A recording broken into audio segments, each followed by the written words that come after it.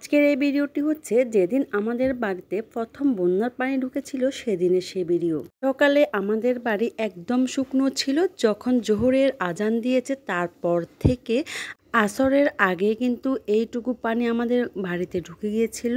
খুব তাড়াতাড়ি কতটা পানি ঢুকেছে আশা করি আপনারা সেটা দেখেই বুঝতে পারছেন।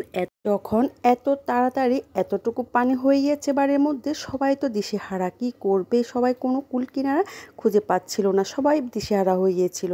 মাত্র 2-1 ঘন্টার ব্যবধানে কতটা বেশি পানি ঢুকে গিয়েছিল। আর ওই যে দেখতে পাচ্ছেন সামনে 2-3টা ঘরে অলরেডি পানি ঢুকে গেছে, এখনও কিন্তু আমাদের ঘরে পানি ঢুকেনি। তবে মাগরিবের আগে কিন্তু আমাদের ঘরেও কিন্তু ঢুকে গিয়েছিল পানিগুলো। মাগরিবের পরপর যখনই আমরা ঘর থেকে বেরিয়ে যাই আশ্রয়কেন্দ্রে যাওয়ার জন্য, তখন আমাদের ঘরে 1 হাঁটু এবং এই উঠোনের মধ্যে 1 বুক পানি হয়ে গিয়েছিল। আমরা যদি সেই রাতে বেরিয়ে না যেতাম, যদি পরের দিন সকালে যাওয়ার কথা চিন্তা ভাবনা করতাম, তাহলে এই যে রাস্তার উপরে আমরা কিন্তু দাঁড়িয়ে আর কি হেঁটে হেঁটে যেতে পারতাম না, আমরা ডুবে মরে যেতাম বা ডুবে যেতাম আর কি।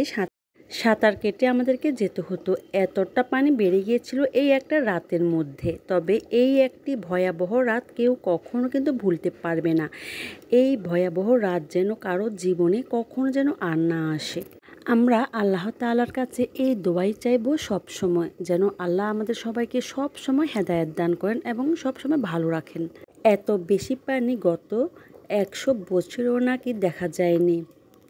আমাদের এই ফাজিলপুর গ্রামে, মানে ফেনী এলাকায় আর কি, ফেনী ফাজিলপুরে সব দিকে শুধু হাহাকার, পানি নেই, খাওয়ার নেই। এই সময় গরিব বড়লোক সবাই